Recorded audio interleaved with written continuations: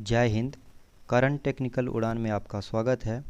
इस वीडियो में हम लोग बात करेंगे हिंदी लैंग्वेज के मेन फैक्ट्स के बारे में, जो हर एक एग्ज़ाम में 3 से 4 क्वेश्चन जो है इस टॉपिक से पूछा जाता है। तो चलिए हम लोग शुरू करते हैं। आज का पहला क्वेश्चन कह रहा कि हिंदी किस भाषा परिवार की भाषा है, यानी हिंदी किस भाषा परिवार की भाषा है। तो यहाँ जो है भारोपीय परिवार हो जाएगा। हिंदी किस भाषा से हो जाएगा? भारोपीय। अब देखिए कि भाषा परिवार कितने हैं। परिवार कितने हैं? परिवार 4 हैं। कौन कौन है? ऑस्ट्रिच है, द्रविड़ है, चीनी है और एक भारोपीय है।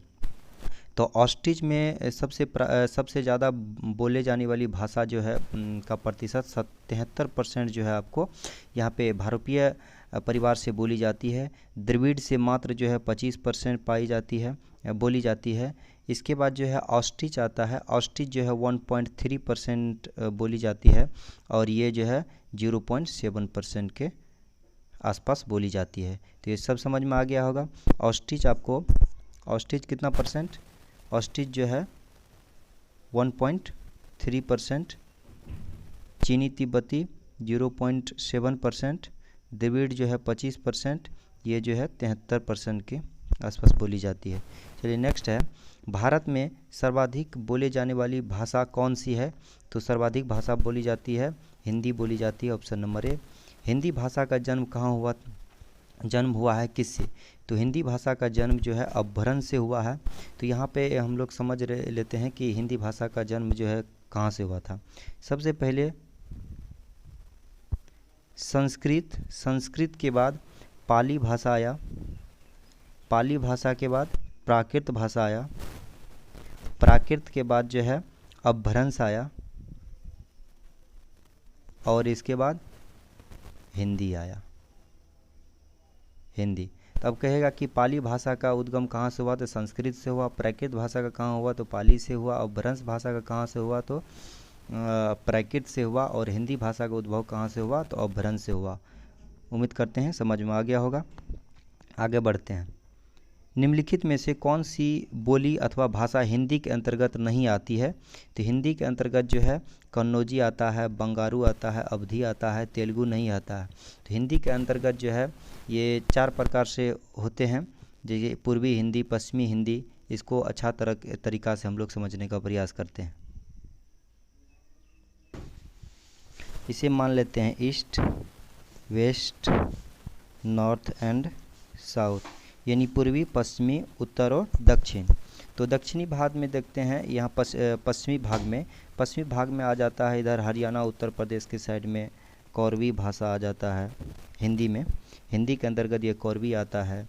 कौरवी के बाद जो है ये खड़ी बोली बंगारू भी आ जाता है। इसके बाद जो है ये पूर्वी हिंदी में, ये हिंदी का बात बता रहे हैं। हिंदी के अंतर्गत जो है आपका अवधी, बघेली, छत्तीसगढ़ आता। अवधी, बघेली और छत्तीसगढ़, ये तीनों भाषा हिंदी के अंतर्गत आता है। कौरवी और यहाँ बंगारू ये हिंदी के अंतर्गत आती है। यहाँ आप देख लेते हैं कन्नौजी भी भाषा है, बंगारू भी है, अवधी है, ये तीनों हिंदी के अंतर्गत। तेलुगु नहीं आया। तो उम्मीद करते हैं समझ में आया होगा। तो चलिए देखते हैं ढूंढानी बोली कहाँ बोली जाती है। तो पश्चिम में राजस्थान, ये मान के चलिए राजस्थान है। राजस्थान के पश्चिम में मारवाड़ी बोली जाती है।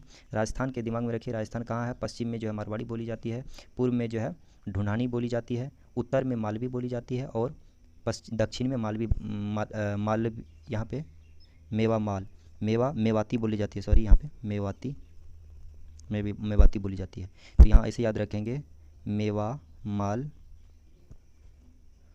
मार ढूंढे। मेवाती, माल से मालवी, मार से मारवाड़ी, ढौ से ढूंढानी, ये जो है। तो ढूंढानी कहाँ बोली जाती है? तो देख लीजिए पूर्वी राजस्थान में बोली जाती है।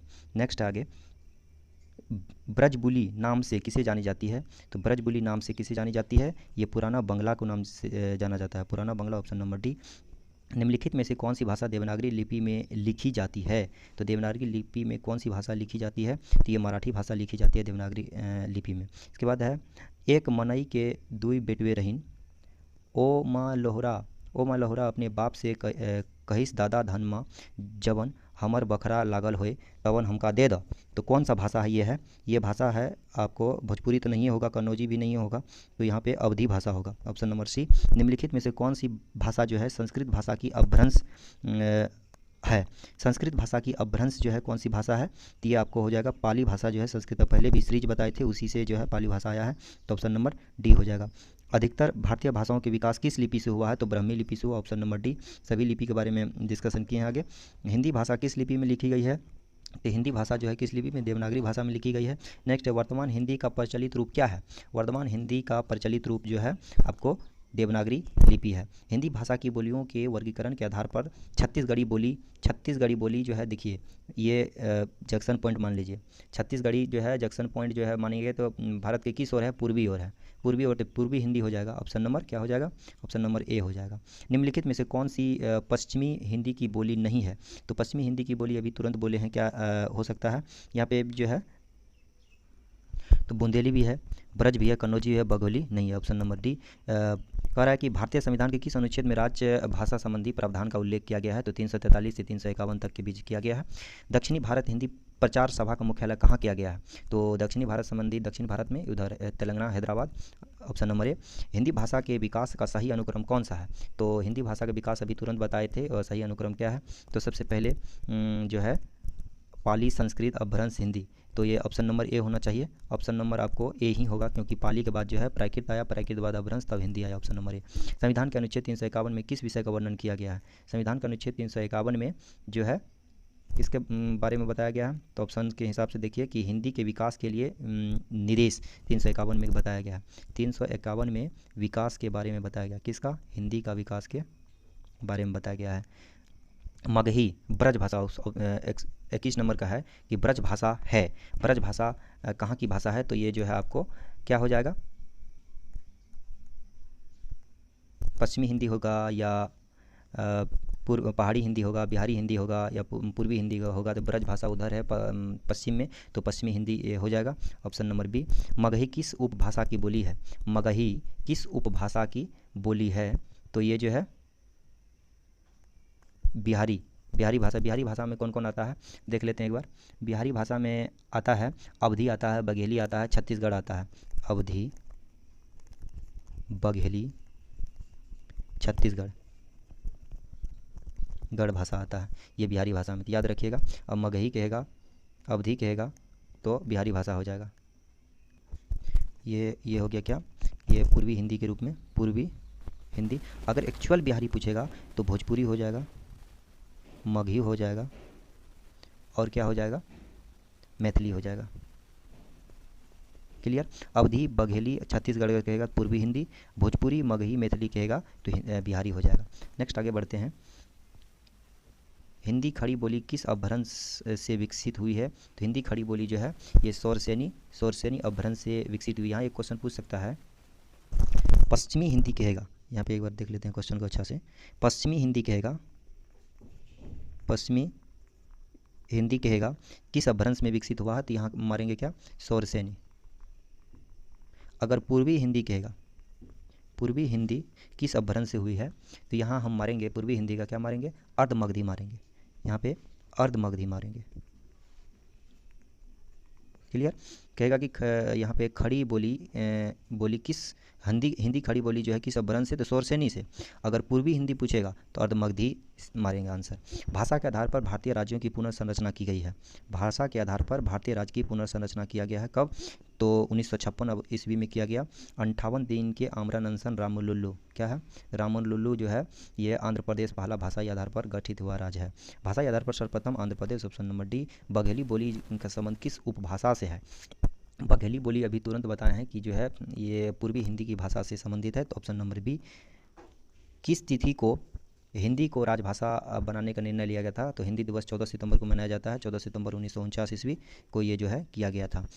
1955 में गठित प्रथम राजभाषा आयोग के अध्यक्ष कौन था? तो बीजी खैर नाम था उसका। ये भारतीय संविधान 8वीं अनुसूची में 22 भाषा का वर्णन किया गया है। तो सिंधी भाषा को कब जोड़ा गया? यहाँ से क्वेश्चन है, सिंधी भाषा को कब जोड़ा गया?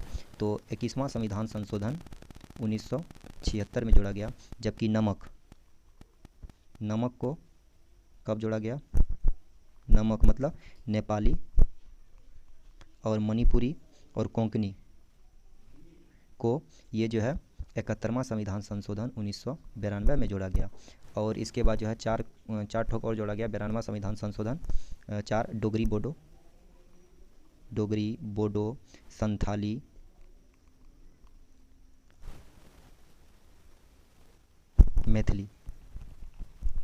मैथिली को कब जोड़ा गया? तो 92वां संविधान संशोधन 2003 को जोड़ा गया। याद आ गया? आगे बढ़ते हैं। हिंदी की आदि जननी किसे कहा जाता है? तो हिंदी की आदि जननी जो है किसे कहा जाता है? संस्कृत को हिंदी की आदि जननी कहा जाता है। तो ऑप्शन नंबर क्या हो जाएगा? ऑप्शन नंबर ए हो जाएगा। इसके बाद है 11वां विश्व हिंदी सम्मेलन का आयोजन कहाँ किया गया था? 2018 में। तो ये जो मॉरिशस में किया गया था। नेक्स्ट है आगे, निम्नलिखित में से कौन भारूपिया परिवार की भाषा नहीं है? तो भारूपिया परिवार की कौन भाषा नहीं है? तो यहाँ पे देखिए मराठी है, गुजराती है, मलयालम है, हिंदी है। तो कौन सा भारूपिया परिवार की भाषा नहीं होगा? एक बार देखिए, अच्छा से देखिए। मराठी तो है ही, गुजराती है ही, हिंदी तो है ही ऑलरेडी, मलयालम केरल का दक्षिणी भाग का वो नहीं है। हिंदी दिवस जो है 14 सितंबर को मनाया जाता है। विकास की दृष्टि से प्राकृत की पूर्वकालीन अवस्था का नाम बताइए। विकास की दृष्टि से प्राकृत की पूर्वकालीन अवस्था, अभी तुरंत बोले हैं कि प्राकृत की विकास की दृष्टि से प्राकृत की मूल अवस्था क्या होती है? तो पाली, संस्कृत से पाली हुआ, पाली से प्राकृत हुआ, प्राकृत से अपभ्रंश हुआ।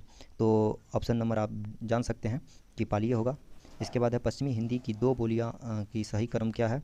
तो यहाँ पे हो जाएगा खड़ी बोली जो है बुंदेली पश्चिमी हिंदी है, ऑप्शन नंबर डी। अर्धमगधी अपभ्रंश से विकसित बोली, अर्धमगधी अपभ्रंश से विकसित बोली कौन सा है? तो अर्धमगधी अपभ्रंश से विकसित बोली है बघेली बोली है। देवनागरी लिपि की सही क्रम क्या है? सबसे पहले ब्राह्मी लिपि आया, इसके बाद गुप्त लिपि, नागरी लिपि, देवनागरी लिपि। ऑप्शन नंबर सी हो जाएगा। बहराइच, सुल्तानपुर, रायबरेली जो है किस क्षेत्र में आता है? तो पश्चिमी उत्तर प्रदेश में आता है। पश्चिमी उत्तर प्रदेश की कौन सी भाषा है? तो यहाँ पे जो है अवधी भाषा हो जाएगा। इनमें से किस बोली की बिहारी हिंदी से संबंध नहीं है? किस बोली का बिहारी हिंदी से संबंध नहीं है? भोजपुरी है ही, मैथिली है, ये है, मगही है ही, अवधी है, अवधि नहीं है, अवध उधर चला जाता है पश्चिमी में। 14 सितंबर 1949 को भारतीय संविधान ने हिंदी को संघ की कौन सी भाषा का दर्जा दिया गया था? तो राजभाषा के रूप में दर्जा दिया था। विभाषा किसे कहा जाता है? हिंदी क्षेत्र की प्रमुख बोलियों को विभाषा कहा जाता है। विश्व हिंदी दिवस कब मनाया जाता है? 10 जनवरी को विश्व हिंदी दिवस मनाया जाता है। आशा करता हूँ कि इस वीडियो को देखने के बाद इम्पोर्टेंट फैक्ट आपको समझ में आया होगा। और इस वीडियो से 3 से 4 क्वेश्चन तो हर एक एग्ज़ाम में आप भली भांति जानते होंगे, आता ही है। और इसको अच्छी तरह से देखिए एंड लाइक शेयर सब्सक्राइब करिए। Thank you.